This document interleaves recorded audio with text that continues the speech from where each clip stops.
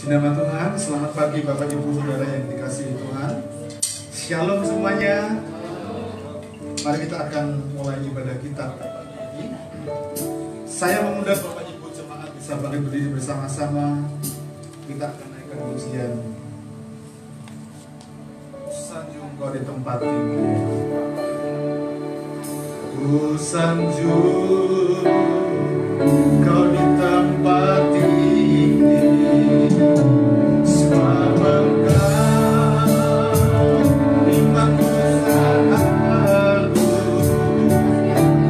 Sanjung Kau lebih dari yang lain, yang lain.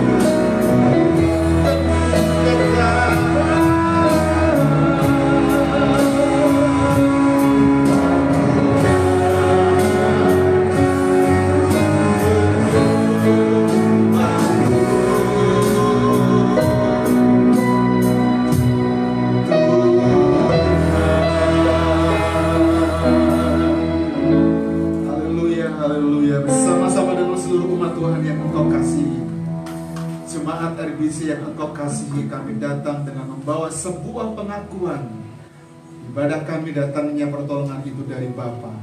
Dialah pencipta langit dan bumi dan segala isinya. Dialah Tuhan Yesus Kristus, Allah yang setia, Allah yang mulia, Allah yang ajaib, Allah yang luar biasa. Turunlah berkat sukacita, berkat damai sejahtera dilimpahkan dalam kehidupan kita semua saat kita datang beribadah dalam ibadah pagi yang diberkati oleh Tuhan. Di dalam berkat nama Tuhan Yesus Kristus kami berdoa bersyukur. Haleluya. Amin. Silakan duduk Ibu Bapak yang saya kasih dalam Tuhan Yesus Kristus. Alkitab menjawab dari kitab Keluaran pasal 13 ayat 17, 18 dan ayat yang ke-20 sampai dengan ayat yang ke-22. Setelah Fir'aun membiarkan bangsa itu pergi, Allah tidak menuntut mereka melalui jalan ke negeri orang Filistin. Walaupun jalan ini yang paling dekat, sebab firman Allah, jangan-jangan bangsa itu menyesal apabila mereka menghadapi peperangan, sehingga mereka kembali ke Mesir. Tetapi Allah menuntun bangsa itu berputar melalui jalan padang gurun menuju ke Laut Teberau. Dengan siap sedia berperang berjalanlah orang Israel dari tanah Mesir. Ayat 20. Demikianlah mereka berangkat dari Sukot dan berkemah di Etam di tepi padang gurun. Tuhan berjalan di depan mereka pada siang hari dalam tiang awan untuk menuntun di jalan, dan pada waktu malam dalam tiang api untuk menerangi mereka, sehingga mereka dapat berjalan siang dan malam. Tuhan memberkati kita semua. Selamat beribadah, selamat menikmati persekutuan yang indah dengan Bapa kita di surga. Saya persilakan BL bisa mempersiapkan diri.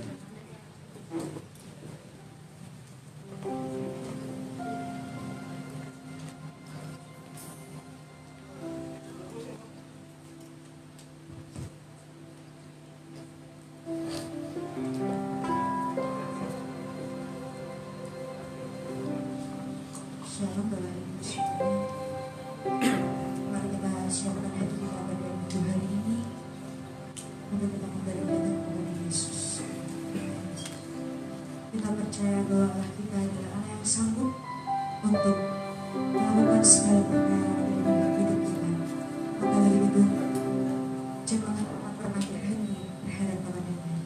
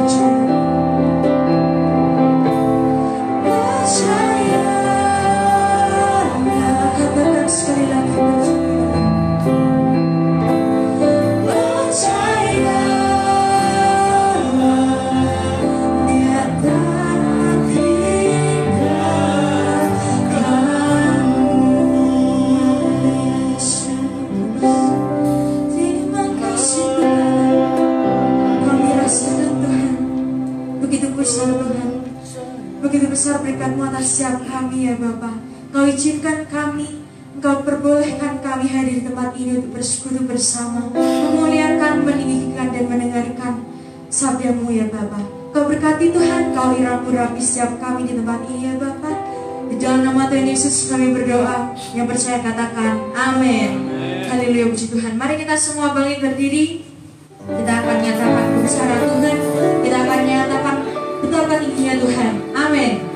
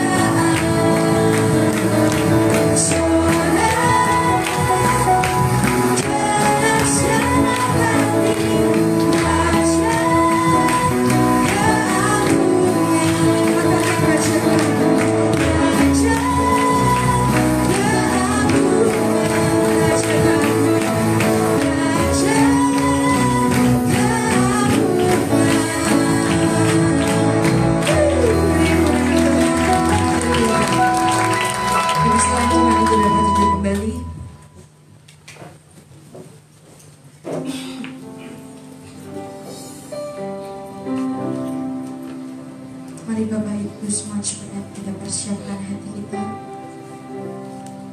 Mari kita lebih percaya kepada Allah kita, dan kita memandang Tuhan bukan hanya dari keadaan kita saat ini. Suka duka sudah sewajibnya dan sudah seharusnya kita terus mengandalkan Tuhan di dalam hidup kita. Rencana Tuhan tidak pernah salah bagi setiap kita. Amin. percaya akan janji Tuhan. Mari kita lupakan masa lalu kita yang telah terjadi, terutama hal-hal buruk. Mari kita lupakan itu semua, karena kita akan melangkah untuk membuka lembaran baru, karena kita percaya janji Tuhan seperti pelangi sehabis hujan. Mari kita nyatakan kebesaran Tuhan. Haleluya Yesus. Seperti pelangi sehabis hujan, itulah janji setiamu Tuhan. Di hidup aku telah menanti apa yang tak ternilai dan abadi. Yesus.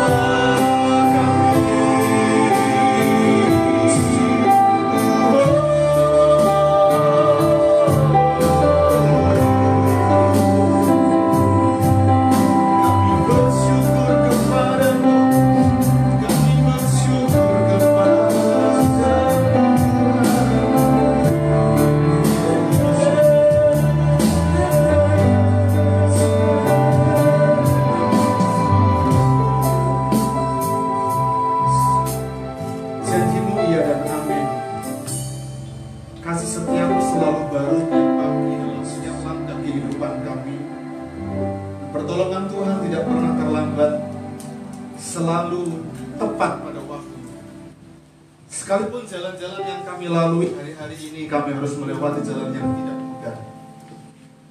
Justru di situ kami boleh melihat ada kuasa Tuhan, pertolongan Tuhan yang nyata di setiap langkah kehidupan kami. Karenanya kami memohon anugerah Tuhan, memohon berkat Tuhan di setiap langkah kehidupan kami, supaya kami tetap tertuju panggilan surgawi yang kami fokuskan perhatian kami bersama-sama, yang adalah rencana yang kekal dari Tuhan atas kehidupan kami. Kami memohon anugerah Tuhan membaharui kami, menguasai kehidupan kami, sehingga pagi ini Tuhan kami boleh menikmati persekutuan yang indah dengan Tuhan. Lebih dari itu, biarlah sabda-Mu yang kami akan dengar pada pagi ini jadi berkat kekuatan yang baru bagi kehidupan kami. Terpujilah Engkau Bapa yang baik, Bapa yang mulia. Demi nama Tuhan Yesus kami memohon anugerah Tuhan. Pakai lidah bibir hamba-Mu dengan pengurapan yang baru, dan seluruh umat Tuhan jemaat RBC yang Engkau kasihi. Biarlah urapan yang sama atas hamba-Mu turun atas kehidupan umat Tuhan, sehingga saat kami dengar, kami boleh terima, kami boleh menjadi pelaku di dalam kebenaran yang Tuhan nyatakan kepada kami. Terima kasih Bapa di surga. Anugerah-Mu melimpah, berkat-Mu melimpah. Demi nama Tuhan kami berdoa bersyukur. Haleluya. Katakan sama-sama. Amin. Puji nama Tuhan. Shalom, selamat pagi semua Bapak Ibu Saudara yang dikasihi Tuhan. Pagi ini saya berada di mimbar yang baru, ya. Mimbar ini sudah kita pesan cukup lama, hampir 1 semester kuliah. Tapi hari ini kita menikmati berkat Tuhan, karena ini pun dari Tuhan, ya. Ini pun dari Tuhan. Tepuk tangan buat Tuhan kita Yesus Kristus, ya. Lalu pertanyaan, siapa sih yang mendesain mimbar ini, gitu ya? Dengan anak Tuhan, salah satu dari kita diberi kemampuan untuk desain, dan itu semua karena Tuhan. Kalau bukan Tuhan, tidak akan pernah ada mimbar yang bagus.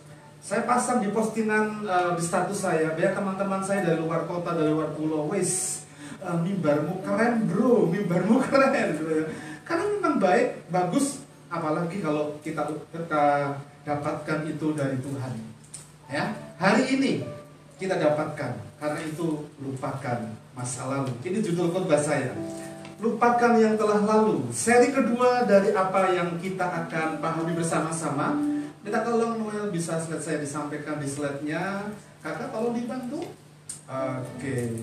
Kakak ini senior, Jason dan Noel itu juniornya di multimedia, gitu ya, harus sikap. Oke. Bapak Ibu yang dikasihi Tuhan, sebelum kita mereview ulang dari tema lupakan yang telah lalu di seri pertama, saya menyampaikan minggu ketiga pada bulan Januari ini, dan ini adalah seri yang kedua. Terlebih dahulu sebelum kita mereview ulang dari poin-poin khotbah di seri pertama, kita akan baca dari Filipi pasal 3 ayat 12 sampai dengan ayat yang ke-16. Demikian firman Tuhan. Bukan seolah-olah aku, kata Paulus, telah memperoleh hal ini atau telah sempurna, melainkan aku mengejarnya. Kalau aku dapat juga menangkapnya, karena aku pun telah ditangkap oleh Kristus Yesus. Ayat yang ke-13. Saudara-saudara, aku sendiri tidak menganggap bahwa aku telah menangkapnya, tetapi ini yang kulakukan. Aku melupakan apa yang telah di belakangku dan mengarahkan diri kepada apa yang di hadapanku. Aku melupakan apa yang telah di belakangku dan mengarahkan diri kepada apa yang ada di hadapanku. Ayat 14, dan berlari-lari kepada tujuan untuk memperoleh hadiah, yaitu rewardnya apa? Panggilan sorgawi, kekekalan dari Allah dalam Kristus Yesus. Ayat 15, karena itu marilah kita yang sempurna berpikir demikian, dan jikalau lain pikiranmu tentang salah satu hal itu akan dinyatakan Allah juga kepadamu. Ayat yang ke-16, tetapi baiklah tingkat pengertian yang telah kita capai, kita lanjutkan menurut jalan yang telah kita tempuh. Di khotbah saya di seri yang pertama tentang lupakan yang telah lalu, kita cukup membahas dari ayat 12, 13, dan 14. Hari ini kita akan bahas ayat 15 dan ayat yang ke-16. Kita akan tengok sejenak apa yang saya sampaikan di khotbah seri pertama, lupakan yang telah lalu. Untuk menjadi orang yang berjalan di rel Tuhan, garisnya Allah, dalam panggilan surgawi, dalam apa yang kita kenal dengan sebuah kekekalan. Karena apa yang kita hidupnya hari ini, itu adalah persiapan untuk kita masuk ke kekekalan. Dan ketika kita berjalan menuju kepada panggilan surgawi, kekekalan itu harus ada usaha. Karena itu 3 poin yang saya sampaikan, ya. Yang pertama, pada khotbah saya kemarin saya menyampaikan untuk kita melupakan masa lalu, lupakan yang telah lalu, kita perlu dan harus memusatkan pikiran dan tujuan yang ingin kita capai bersama-sama. Mengapa demikian? Karena pikiran itu tempat medan pertempuran. Karena seringkali pikiran dipakai oleh oknum-oknum tertentu, bahkan kuasa kegelapan, supaya kita nggak fokus pada panggilan surgawi. Apalagi dengan hidup yang kita hidup sekarang ini, kita berpikir, oh mungkin pandemi seperti sekarang ini mengharuskan saya tetap tinggal di rumah, mengharuskan saya untuk nggak enjoy, menikmati pekerjaan dan sebagainya. Tapi di dalamnya, kalau kita mau bersama-sama memusatkan pikiran supaya pikiran itu tertuju pada panggilan surgawi, kita akan dapat mencapai tujuan itu. Apa itu? Kekekalan panggilan surgawi. Yang kedua, saya menyampaikan untuk kita melupakan yang telah lalu, kita perlu berlari. Ya, berlari itu mengejar untuk mencapai apa? Tujuan hidup kita. Pertanyaannya, apa tujuan hidup kita? Tidak ada yang lain, yaitu hidup bersama Bapa di surga dalam sebuah lingkup kekekalan di surga yang mulia. Mungkin sekarang ini kita berpikir, tujuanku aku belum menikah, besok akan menikah. Oh, tujuanku belum bekerjaan, kita akan bekerja. Itu adalah bareng-bareng, itu adalah hal-hal yang memang kita akan lewati bersama-sama. Tapi semua aspek dari apa yang kita sedang kerjakan hari ini, pelayanan, pekerjaan, studi, pernikahan, semua harus terorientasi kepada panggilan surgawi. Karena itu berlarilah, mengejar apa yang menjadi tujuan kita bersama, tujuan kehidupan kita. Yang ketiga dan yang terakhir, untuk kita melupakan yang telah lalu, kita perlu berkonsentrasi agar kita mencapai tujuan. Konsentrasi itu fokus, konsentrasi itu tidak terganggu oleh hal-hal, keadaan, kondisi yang seringkali kita kalah, kita buta, kita nggak lihat jalan Tuhan. Kadang-kala seperti itu. Tapi mari kita akan fokus pada panggilan surgawi, yaitu kekekalan yang Tuhan telah berikan kepada kita dan yang akan kita raih bersama-sama. Panggilan surgawi, kekekalan itu. Nah, Bapak Ibu Saudara yang dikasihi Tuhan, ini adalah seri yang kedua. Mari kita akan baca ulang dari ayat yang ke-15 dan ayat yang ke-16. Karena itu marilah kita, perhatikan baik-baik. Karena itu, setelah apa? Setelah ada penjelasan ayat 12, 13, dan 14, di mana melupakan masa lalu, berlari karena panggilan surgawi itu. Bahkan sebelumnya Paulus menjelaskan detail dari latar belakangnya yang begitu sangat hebat. Tapi kalimat ini memberikan satu penekanan kepada jemaat yang ada di Filipi. Karena itu marilah kita yang sempurna berpikir demikian. Dan jikalau lain dari pikiranmu tentang salah satu, tentang kekekalan dan salah satu hal, ya, salah satu hal itu akan dinyatakan Allah juga kepadamu. Ya, hal itu juga akan dinyatakan Allah juga kepadamu. Ayat yang ke-16, tetapi baiklah tingkat pengertian yang telah kita capai, kita lanjutkan menurut jalan yang telah kita tempuh. Bapak Ibu Saudara yang dikasihi Tuhan, ayat 15 dan ayat yang ke-16 ini ini adalah satu kesimpulan yang Paulus maksudkan, karena ketika kita nggak memahami panggilan kita dengan baik, yaitu kekekalan yang kita akan tuju dalam perjalanan penggiringan kita kepada Tuhan, maka kita nggak akan meraih apa yang Tuhan inginkan dalam kehidupan kita. Nah, ada 3 poin yang ingin saya sampaikan, 2 poin yang akan saya sampaikan kepada Bapak Ibu Saudara pagi ini. Hal ini penting karena mengapa? Karena kalau kita perhatikan baik-baik, ayat yang ke-15, ya, ayat yang ke-15 ini muncul poin, ya, melupakan yang telah lalu.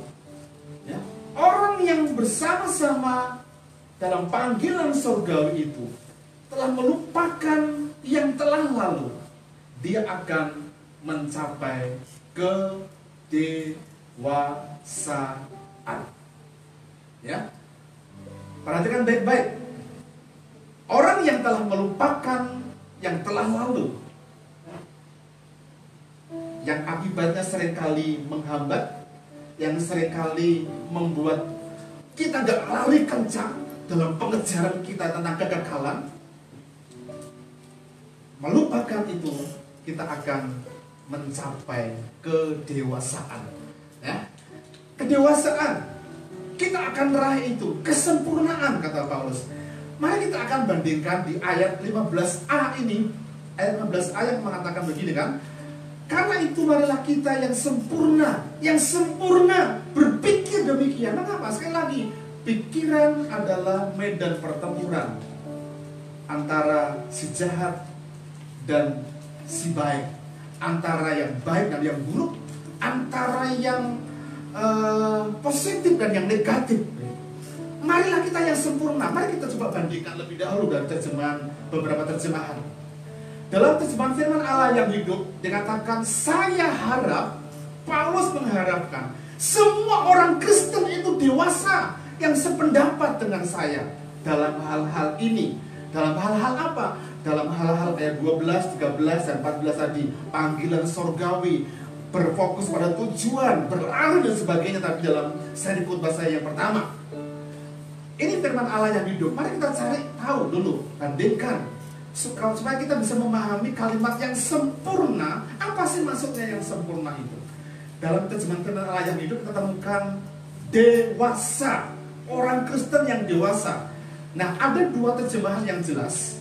Yang terjemahan yang pertama adalah dari, nama kompletnya adalah William Selabir. Dia penulis Alkitab, penterjemah Alkitab dalam bahasa Melayu. Ketika dia dalam utusan sebagai penginjil di Singapura, karena dia harus menjangkau orang-orang Melayu, dia tulis terjemahkan Alkitab itu, dan tahun 2011 yang lalu diperbaharui dan dicetak, dan katakan seperti ini: hendaklah kita orang-orang yang dewasa secara rohani mempunyai pandangan seperti itu. Pandangan apa? Pandangan untuk berlari, berfokus pada panggilan surgawi. Dengan cara apa? Melupakan yang telah lalu. Dalam terjemahan Alkitab versi Borneo, AVB, itu Alkitab versi Borneo. Borneo itu mana? Malaysia.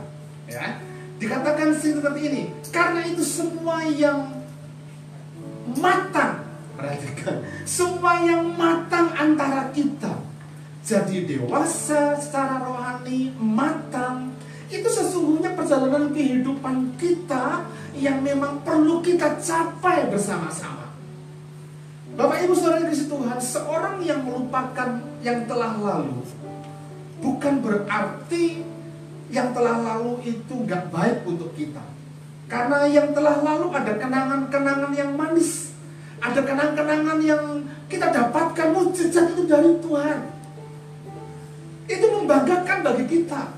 Tapi kadang-kala kita melupakan itu, tapi kita seringkali tetap ingat dari apa orang-orang yang pernah menyakiti kita. Kita diputus pacar kita 3-4 tahun yang lalu. Kita disakiti oleh suami kita. Kita disakiti oleh teman bisnis kita. Kita ingat terus. Kita nggak pernah mencapai kedewasaan dalam hidup iman kita kalau kita ingat masalah-masa lalu. Tapi kalau kita ingat yang baik, kita akan menikmati itu. Mungkin kita berpikir orang yang nggak baik tetap katakan baik. Karena apa? Supaya berkat Tuhan itu nyata di kehidupan kita. Bapak Ibu Saudara yang dikasihi Tuhan, orang yang dewasa menunjukkan seseorang yang telah terlatih. Amin. Orang dewasa itu terlatih dalam segala hal. Anak-anak nggak bisa makan makanan yang keras, ya, nggak bisa makan bakmi yang kita makan seperti orang dewasa, bahkan sambal level 10 nggak bisa, karena anak-anak. Tapi seorang yang dewasa dalam tubuhnya terkandung sebuah secara alamiah sikap atau sifat alamiah yang memang dimiliki, sehingga dapat mencerna makanan melalui gigi, kita kunyah, kemudian di lambung kita dicerna dan sebagainya. Kalau anak-anak apalagi bayi, nah itu juga berlaku dalam kehidupan iman kita. Kalau Anda perhatikan dengan baik-baik, ya, salah satu contoh yang ada di Alkitab adalah Yusuf. Mengapa Yusuf ketika sudah berhasil berada di Mesir dan semua saudaranya serta orang tuanya, kedua orang tuanya, bahkan istri dari ayahnya yang lain pun datang ke Mesir ketika dia menjadi orang nomor 2, sementara dalam perjalanannya disakiti oleh saudaranya. Mengapa ketika saudaranya datang kepada Yusuf dan dia mengatakan tetap diampuni? Memang kamu telah mereka-rekakan yang jahat kepadaku, tetapi Tuhan telah mereka-rekakan yang baik kepada kita. Kepada kita, bukan kepadaku, kepada kita. Supaya apa? Terpeliharalah kehidupan kita. Kalau enggak akan ada pemeliharaan Tuhan yang sempurna. Mengapa Yusuf bisa mengatakan begitu? Karena dia orang yang terlatih. Coba bayangkan betapa sakitnya ketika dijegur ke sumur. Sumur yang ada itu, jangan bayangkan sumur seperti bikinan kita yang kita gali atau digali oleh beberapa tukang di rumah kita, ya, dengan cocoran yang halus. Tapi sumur di sana ketika digali, ya itu bentuknya, ya. Saya mencoba mencari tahu bentuknya sumur itu di zaman itu seperti apa. Jadi ada bongkahan batu yang masih dibiarkan. Karena zaman itu belum semodern sekarang ini, nggak ada alat berat, ya, nggak ada. Tapi mengapa bisa? Ya itu bentuknya. Nah, ketika dicemplung ke sumur tadi itu, betapa sakitnya. Ketika dikhianati dijual, bahkan ketika berada di rumahnya Tante Foti, difitnah Tante Foti Pak maksud saya, difitnah pun dia tetap terima itu, dimasukkan dalam penjara, dilupakan oleh juru minuman, tetap dia terima. Tetapi karena Tuhan yang membuat dia seperti itu orang yang dewasa. Sekarang pertanyaannya buat kehidupan kita, sampai di mana hidup kita? Apakah ketika kita disakiti orang, kita mungkin gak balas, tapi di hati kita, awas gue. Yang seringkali menyakiti kita itu kan bojo, anak, begitu ya. Betul nggak? Atau yang seringkali menyakiti kita, tapi kan itu sakitnya kan sakit sayang, gitu ya. Apalagi kalau lagi bulan-bulan madu seperti Mbak Santi dan Mas Putra, gitu. Sakit tuh dirasa madu, enak, manis banget, gitu ya. Ya. Bapak Ibu Saudara yang dikasihi Tuhan, menunjukkan seorang yang terlatih melewati proses. Saya sudah ceritakan tadi, proses yang dialami oleh Yusuf menempa hidupnya. Karena itulah sama-sama kita belajar untuk tetap ada dalam proses kehidupan kita. Ada ciri seorang yang dewasa pasti melupakan. Yang pertama, mari kita lupakan kesalahan orang lain yang telah menyakiti kita. Amin. Lupakan masa lalu, lupakan yang telah lalu. Orang yang menyakiti kita, ayo kita lupakan. Kalau ada dulu sekali cewek kita, pacar kita bagi yang muda, cowok kita yang menyakiti kita, lupakan. Karena masih ada yang lain untuk kita yang datang dari Tuhan. Karena yang terbaik untuk kita, yang kita tangisi geruk-geruk karena kita diputus begitu, belum tentu baik untuk kita. Belum tentu baik untuk Tuhan. Tapi kalau Tuhan memberikan baik untuk Tuhan, pasti sangat baik untuk kita. Amin. Nah, yang kedua, kita perlu melupakan apa? Kebaikan yang telah kita lakukan kepada orang lain. Kebaikan yang pernah kita lakukan pada orang lain. Makanya Tuhan suka ngomong, kalau kamu memberi persembahan, jangan sampai tangan kirimu itu tahu kalau tangan kanan memberi. Kalau tangan kiri itu memberi, jangan sampai tangan kanan itu tahu. Artinya apa? Gak usah diberitakan dan sebagainya dan sebagainya. Apalagi kalau kita selalu bicara tentang kebaikan kita, apa yang pernah kita lakukan.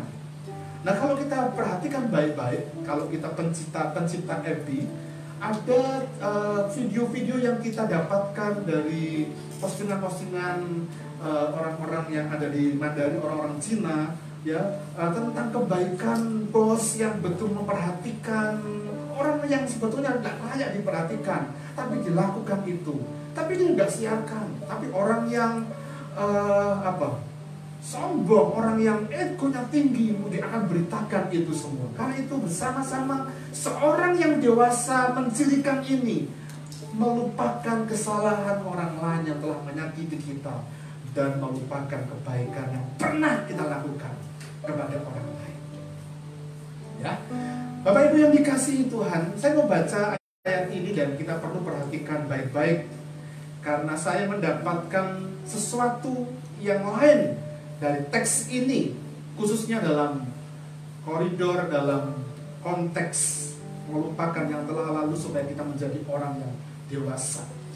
Seringkali pemahaman kita dalam ayat ini katakan begini kan, mengapa engkau melihat selumbar di mata saudaramu, sedangkan balok di dalam matamu itu tidak engkau ketahui. Seringkali dalam pemahaman kita, kalau kita sudah memberikan kontribusi untuk keluarga kita, untuk komunitas kita, dan sebagainya, apalagi untuk masyarakat, dan kalau kita lingkup lebih luas lagi, kalau kita melihat, memperhatikan beberapa orang pejabat yang memang kondisinya seperti itu, kita nggak bisa melihat bahwa Tuhan sedang menolong kita untuk kita dewasa. Dengan cara apa? Melihat jauh ke dalam dari kehidupan kita sebelum kita menilai orang lain. Melihat jauh ke dalam dari apa yang kita ingin capai dalam pergumulan kita sebelum kita koreksi pasangan kita. Melihat jauh ke dalam sebelum kita koreksi anak-anak kita, bahkan anak-anak pada orang tua kita. Bapak Ibu yang dikasihi Tuhan, karena orang yang dewasa dalam iman, dalam percayanya, dia akan bersama-sama tetap berfokus pada panggilan surgawi yang memang Tuhan inginkan dalam kehidupan kita sebagai orang percaya. Yang kedua, mari kita perhatikan bersama-sama. Di ayat yang ke-16, orang yang melupakan yang telah lalu, dia akan selalu berfokus kepada apa? Goal, hasil, meraih goal, meraih hasil yang dituju, mahkota. Apa itu? Panggilan surgawi, kekekalan itu. Dan kalau kita bicara tentang goal, masing-masing kita itu punya goal yang ingin kita capai. Ya, tentunya berbeda, tapi dalam lingkup menjadi anak Tuhan, orang Kristen, itu warna yang kita jalani dalam kehidupan kita. Totalitas tujuan akhir semua orang percaya adalah panggilan surgawi, goal itu. Karena goal itu, tujuan itu yang akan menggerakkan kita untuk kita berkreasi, kreatif dan sebagainya. Contoh misalnya sebelum kita baca ayatnya ya, kalau kita sedang taksir seseorang, ya, minta contoh Mbak Santi dan Mas Putra. Mbak Santi selalu makan soto tempatnya Mas Putra. Ada apa? Ada goal yang ingin diraih. Gitu ya. Sebaliknya, Mas Putra seringkali WA terus, kalau nggak diapelin waktu itu sebelum menikah, rasanya piye ya begitu ya. Itu seorang yang jatuh cinta. Tujuan apa? makanya digerakkan. Maka tiap pagi ada Pak Budi Cahyo enggak ya? Kalau ada Pak Budi Cahyo aku enggak ke situ lah. karena itu sotonya ditunggu-tunggu sekarang ya. Nah, itu tujuannya. Beberapa kita mungkin seperti itu. Ya. Tapi saya berharap ketika kita berada beribadah dalam komunitas di RBC ini, jangan karena kita suka dengan seseorang kemudian kita mau, enggak. Tapi tujuan kekekalan itu yang akan menggerakkan kita untuk kita bersama-sama berfokus pada panggilan kita, mengerjakan apa yang kita akan kerjakan bersama-sama. Tujuan RBC ini dibentuk. Ayat 16 mari kita akan baca.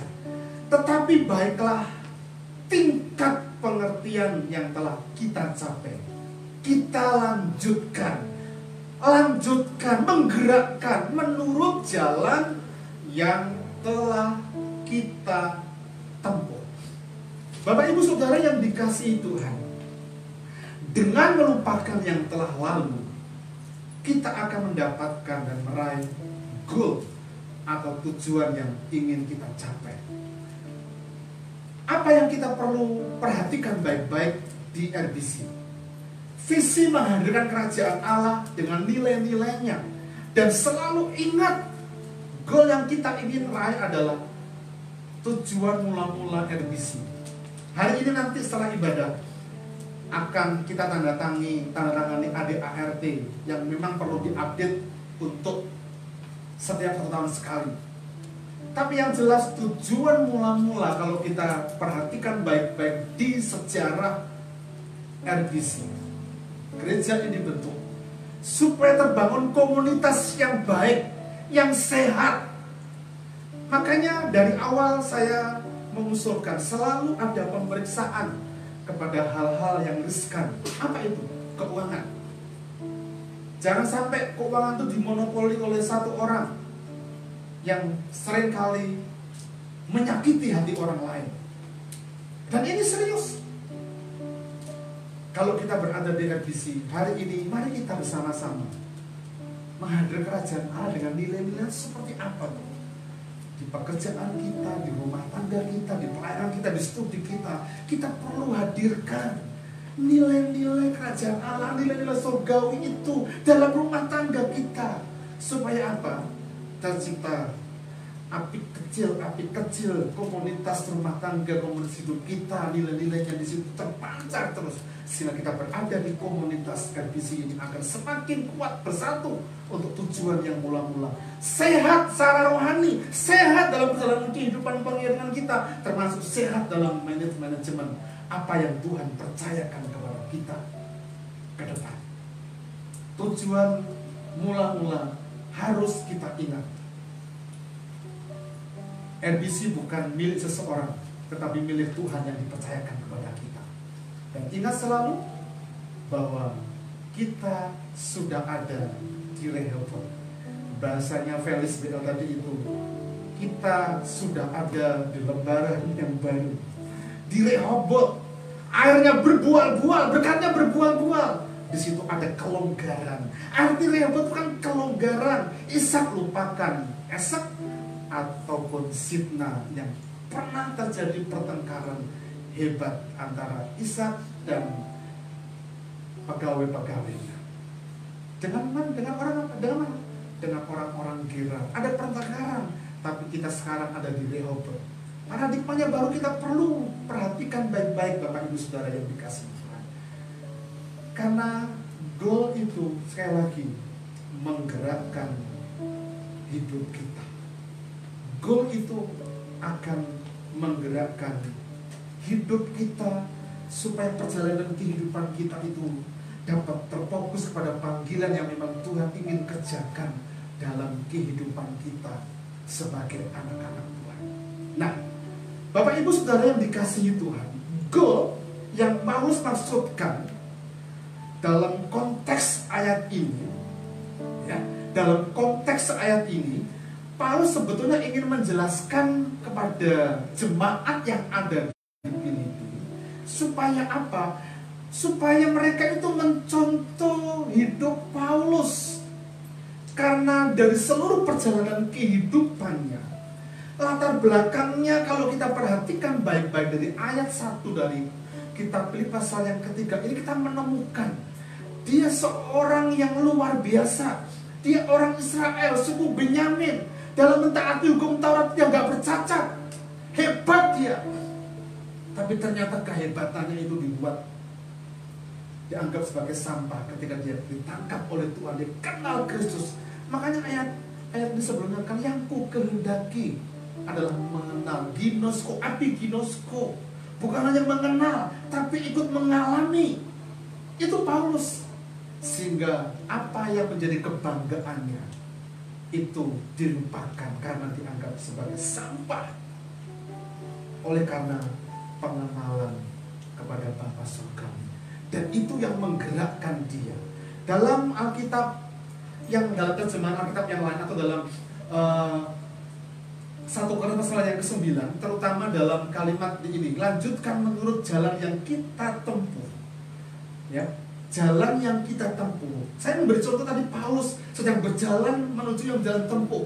Panggilan surgawi dia akan raih itu. Dia katakan juga kepada jemaat Korintus, katakan seperti ini. Tiap-tiap orang yang turut mengambil bagian dalam pertandingan.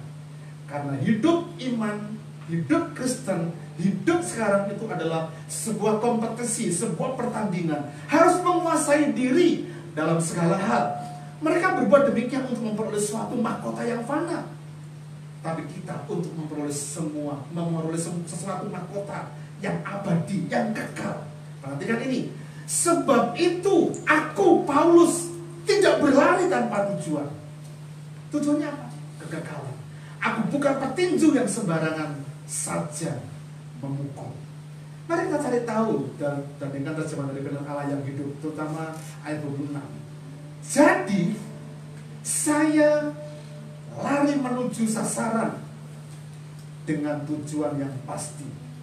Saya berjuang untuk menang. Berjuang untuk menang.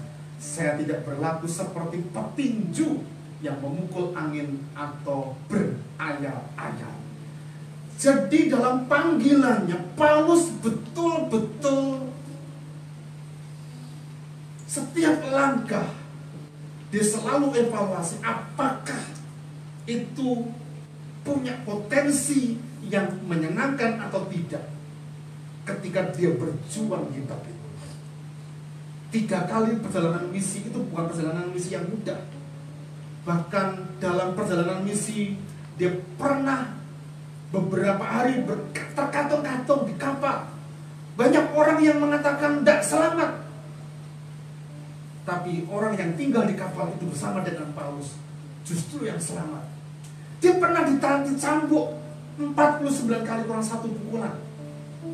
Masuk dalam penjara. Penjara di Filipi itu berat atau zaman itu. Paulus itu orang yang baik, memberitakan Injil. Tapi dalam pemenjaraannya dia itu seperti penjara kelas kakap. Penjara zaman dulu tidak seperti penjara zaman sekarang yang bisa dipesan, ya, dengan kebutuhan AC, ya, dan sebagainya. Zaman itu Paulus betul-betul menikmati, kalau bahasa saya menikmati pikul salib kesengsaraan yang telah Tuhan nyatakan kepada dia. Bayar harga itu. Penjaranya itu ada di bawah tanah. Dan di bawahnya itu ada saluran air yang air itu pasti saluran air itu kotor, ya. Dan Paulus tidur di situ, makan di situ, buang air di situ. Tapi ketika dia ceritakan kepada jemaat di Filipi, tidak ada satu kerutuan. Justru kalau Anda baca kitab Filipi, dia mengatakan dia bersuka cita, dia menikmati itu. Karena apa? Dia tahu apa yang dia sedang lakukan. Sekalipun sengsara, ada berkat yang Tuhan sedang nyatakan. Sekalipun tidak enak hari-hari ini, tapi jangan lupa, habis hujan deras, selalu ada pelangi yang akan mewarnai kehidupan kita. Selalu ada pertolongan dalam kehidupan kita. Jadi kerja keras, pergumulan, tantangan, izinkan Tuhan menolong kita. Karena di balik apa yang sedang kita kerjakan, ada berkat yang kita akan nikmati dalam kehidupan kita. Karena itu hari-hari ini kita perlu belajar pandai, cakap, smart untuk meraih goal yang kita akan raih bersama-sama. Sehingga dalam perjalanan kehidupan kita nggak berlari mengejar kepada sasaran yang salah, atau kita berlomba-lomba dengan perlombaan yang nggak diwajibkan. Yang diwajibkan kan panggilan surgawi. Tapi perlombaan yang sekarang ini banyak anak-anak Tuhan yang sedang ada di dunia IT sekarang ini, kalau Anda perhatikan baik-baik, ya, apakah Anda sependapat dengan saya atau tidak, saya nggak tahu. Kalau Anda perhatikan baik-baik, ya, biasanya hamba-hamba Tuhan yang tampil di jejaring sosial itu kan tampil ya apa adanya. Kalau itu hamba Tuhannya biasanya laki-laki. Tapi kalau Anda perhatikan baik-baik, ada beberapa hamba Tuhan yang saya amati, dan itu nggak salah, itu uang mereka, nggak apa-apa gitu. Tapi sudah mengikuti tren, ya. Bahkan saya bilang seperti artis begitu. Itu supaya mendapatkan nilai jual, bisa jadi begitu. Tapi itu apakah yang dimaksud dengan perlombaan yang diwajibkan? Bukan, karena kalau semua orang jemaatnya yang dilayani itu berfokus pada penampilan lahiriah saja, maka dia nggak akan menikmati berkat surgawi dalam kehidupan kita, dalam kehidupannya. Karena apa? Tampilan lahiriah. Tapi kalau hari-hari ini kita perhatikan perlombaan yang diwajibkan bagi kita lakukan dengan baik, kita menikmati berkat Tuhan. Ya, Anda yang ada di pengurus RBC, mari kita kerjakan panggilan kita dengan tanggung jawab yang dikerjakan dalam kehidupan kita. Itu panggilan surgawi yang menuju kepada kekekalan. Apa yang kita sedang kerjakan hari ini, ya. Bapak Ibu, saya akan ajak Bapak Ibu untuk melihat satu video sebelum kita masuk dalam kesimpulan, ya. Minta tolong kakak dibantu slide-nya tadi di satu video ini telah mendapatkan Oscar, gitu ya, piala Oscar. Tidak ada percakapan, nanti dulu. Tidak ada percakapan satupun dalam video ini. Mungkin kita pernah tahu dan mendapatkan postingan ini, tapi saya mendapatkan sesuatu yang istimewa yang saya dapatkan dari apa yang saya perhatikan dan lihat di postingan di film pendek ini. Hanya 2 menit, tolong di play. Gak ada suara, gak apa-apa. Tapi kalau mau dipakai ini juga gak apa-apa. Perhatikan deh.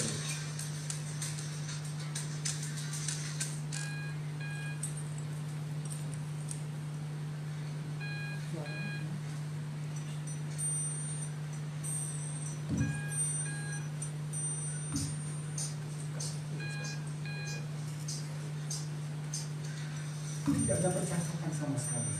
Perhatikan baik-baik.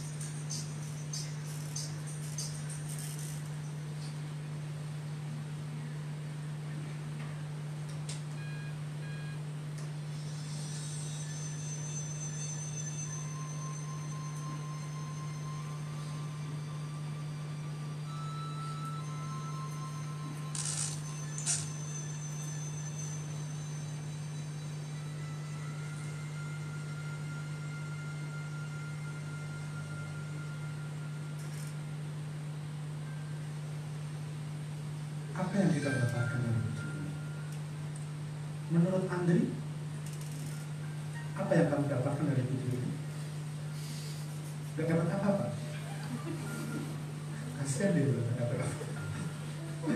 Pak Dana, dapat sesuatu Pak? Dapat sih. Jadi Kasih mic-nya, kasih mic-nya kepada Dana. Jadi di situ kan yang satu tidak mau ngalah, gitu. Tapi tinggal satu ngalah kan untuk kebaikan banyak orang. Jadi mengalah itu untuk kebaikan orang. Banyak orang. Ada pendapat lain, umur, Pak Kris, teman-teman di Bond Fellowship yang setia secara online, ada? Sampaikan Bu.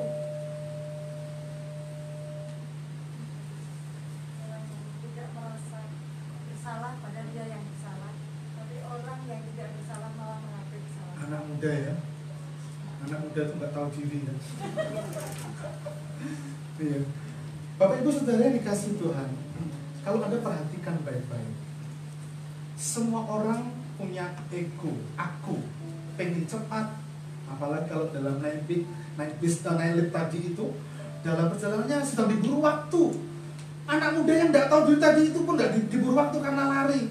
Ya seringkali kalau kita ada di lift mau masuk di lift di rumah sakit dan sebagainya, karena terbuka, wah lari cepat gitu. Ternyata overload. Semua menanti sopo siapa menanti sopo gitu ya. Tapi ternyata kalau kita perhatikan baik-baik, harusnya bukan orang yang timpang kakinya, tapi orang yang sehat yang harusnya mengalah, ya kan? Tapi justru orang ini menjadi contoh memukul telak dari semua penumpang yang ada di lift. Kalau tadi anak muda yang tidak tahu diri itu ngalah, tidak akan pernah ada artinya. Tapi karena yang mengalah itu adalah orang yang tidak ada artinya, kakinya timpang, dia lakukan. Coba ketika wanita itu melakukan ada dengan gerutuan dalam materi nggak ada. Dan akibatnya apa? Film ini masuk nominasi Piala Oscar terpendek filmnya, nggak ada percakapan dan mendapatkan Piala Oscar. Mengapa? Karena sedang pukul banyak orang di zaman sekarang ini. Satu cerita lagi. Bapak Ibu, panggilan surgawi yang kita akan dapatkan dari Bapa di surga yang memang Tuhan janjikan kepada kita, akan dapat sirna kalau kita hari-hari ini tidak berfokus kepada goal. Karena apa? Karena kita kehilangan arah. Dan kalau kita kehilangan arah, kita akan tersesat. Hidup kita tanpa haluan, tanpa ada kendali, kita akan tersesat. Dan penyesatan yang terjadi hari-hari ini kita perlu pahami baik-baik. Bukan kalimat pendeta yang menubuatkan sesuatu, enggak. Hari-hari ini memang itu salah satunya. Tapi hari-hari ini kalau Anda pahami baik-baik, ada banyak orang-orang yang tidak waspada, tidak mengetahui bahwa media telah menyesatkan banyak orang. Media, iya. Cuma Anda salah satu perhatikan baik-baik. Kemenangan Gubernur Jakarta yang harusnya diraih oleh Ahok, tapi hanya berita-berita hoax, berita-berita yang tidak benar, justru kemenangan itu diraih oleh gubernur yang lain, calon gubernur yang lain. Karena media berperan menyesatkan penduduk yang ada di Jakarta.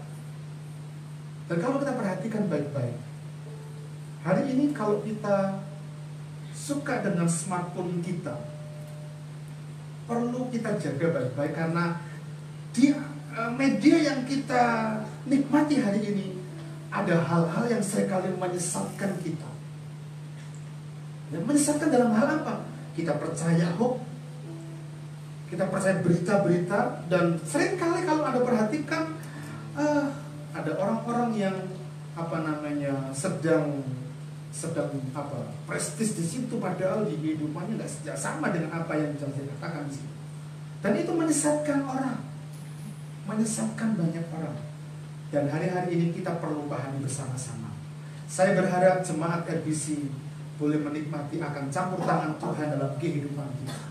Dan tolong ditampilkan lagi slide saya.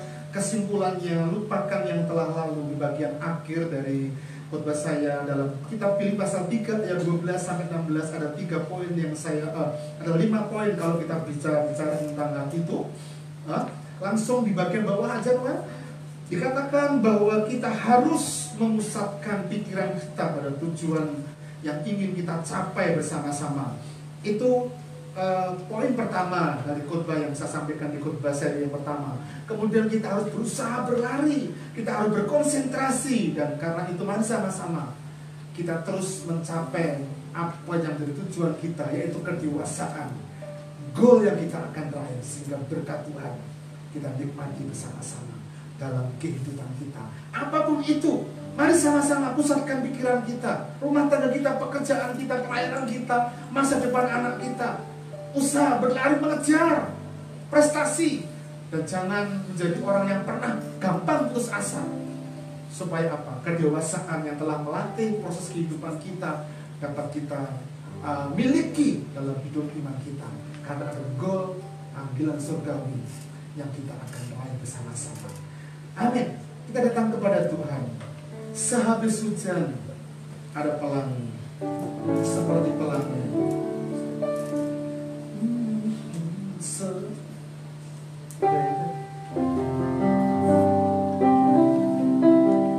Naikkan satu lagu.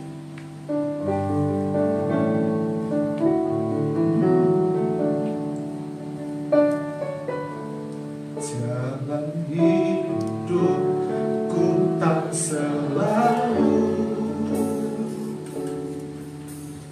tanpa Kau yang pegang, namun kasih-Mu nyata padaku pada waktu-Mu yang tepat, seperti pelangi sehabis hujan. Itulah janji setiamu Tuhan, di balik dugaanku telah berarti harta yang tak ternilai dan abadi. Saya juga mau berdiri bersama-sama. Jalan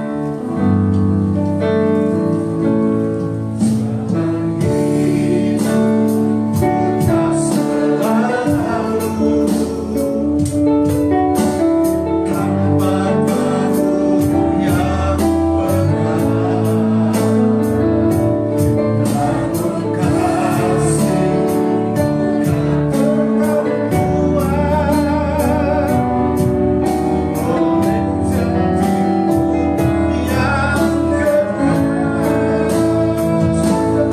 janji-Mu yang kekal, seperti pelangi sehabis hujan. Itulah janji setiamu Tuhan, di balik dugaanku telah berarti harta yang tak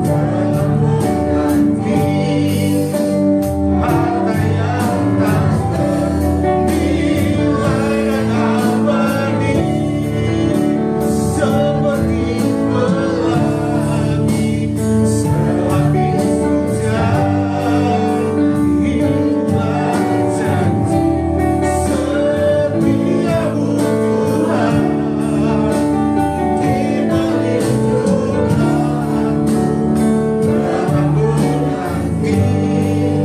telah berarti harta yang tak ternilai dan abadi.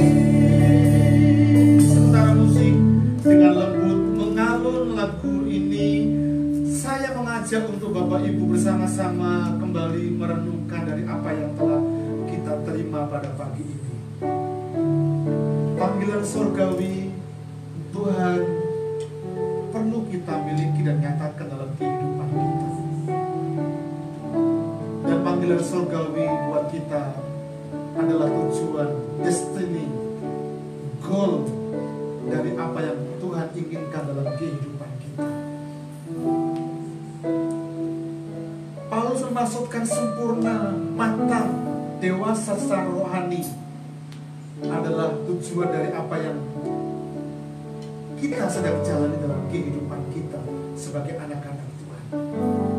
Karena hanya orang-orang dewasa yang akan menikmati kehidupan kekal, panggilan surgawi karena ada kemenangan. Orang-orang yang matang secara rohani, orang-orang yang dewasa secara rohani. Karena itu pagi ini datanglah kepada Tuhan, bertanya di hati kita masing-masing. Sudahkah aku, sudahkah kami, sudahkah kita semua memiliki sikap iman dalam perjalanan kehidupan kita sebagai orang-orang yang matang secara rohani, sebagai orang-orang yang dewasa secara rohani. Orang yang dewasa itu terlatih. Dia gak perlu diingatkan untuk baca Alkitab. Dia gak perlu diingatkan untuk berdoa, untuk bersekutu dalam hubungan intim dengan Bapa di surga. Karena dia dewasa. Karena itu bertanya di hati kita masing-masing. Kami mengucap syukur untuk datangnya berkat Tuhan pada pagi ini Tuhan. Terima kasih untuk anugerah-Mu yang Engkau nyatakan kepada kami. Kami mau berlari, mau mengejar panggilan surgawi itu Tuhan. Bahkan saatnya tiba dalam proses kehidupan kami boleh mendapati hidup kami matang, sempurna, dewasa dalam iman dan keyakinan.